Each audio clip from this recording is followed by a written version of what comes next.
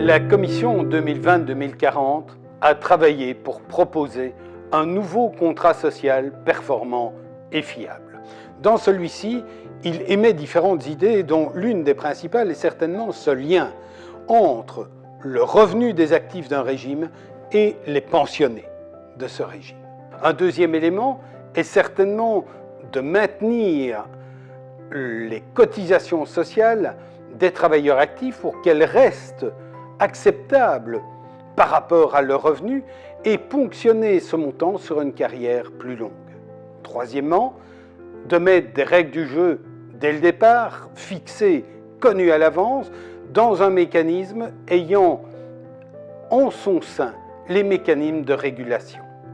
Derrière ça, il y a évidemment différents principes, tels que la convergence des différents régimes, je pense à fonctionnaires, salariés, indépendants, et un outil, pas une fin, mais un outil qui intègre toutes ces novations et permet en même temps à tout citoyen d'avoir peut-être une vue plus précise, plus transparente et plus projective de leur situation.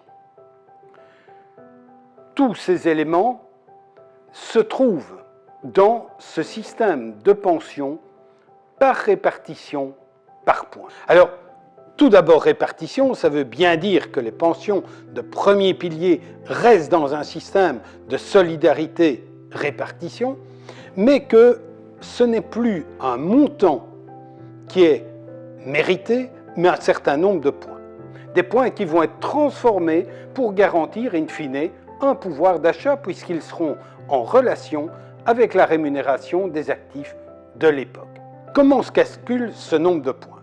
Eh bien, chaque année donne droit à un certain nombre de points qui vont être capitalisés, stockés, si je puis dire, sur un compte individuel de pension.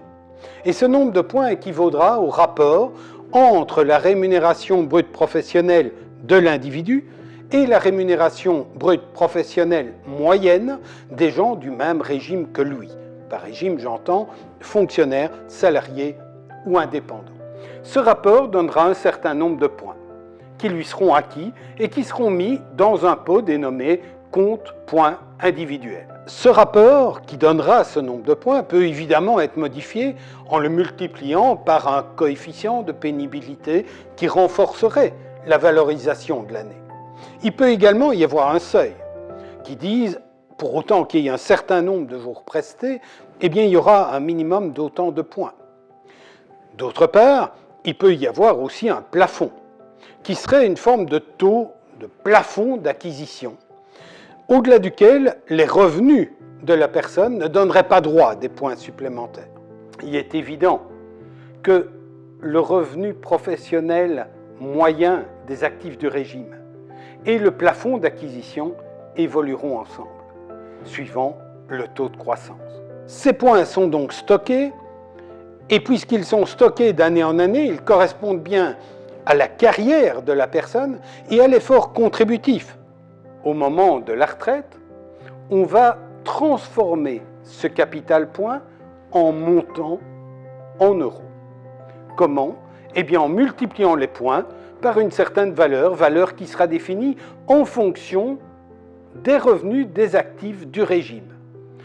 Cette valeur va donc changer d'année en année, mais ne se référera pas évidemment à une seule année de travail des actifs, mais une moyenne sur X années pour éviter de trop grands mouvements et des opérations d'aubaine ou d'opportunité. Mais ça permettrait d'avoir ainsi un lien effectif connu au moment de la prise de pension.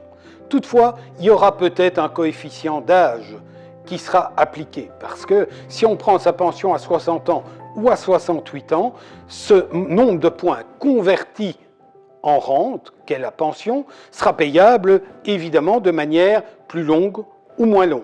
Et il y a un réajustement à faire par souci d'équité. Le montant ainsi acquis ne bougera plus au moment de la pension, sauf par le biais de l'indexation. Alors tout ça va se mettre en œuvre d'ici 2030, pour passer du système actuel au système de pension par répartition par points. C'est donc tout un enjeu, ça va se faire par phase, mais l'intégration sera totale et pour toute la carrière, pour tous les régimes.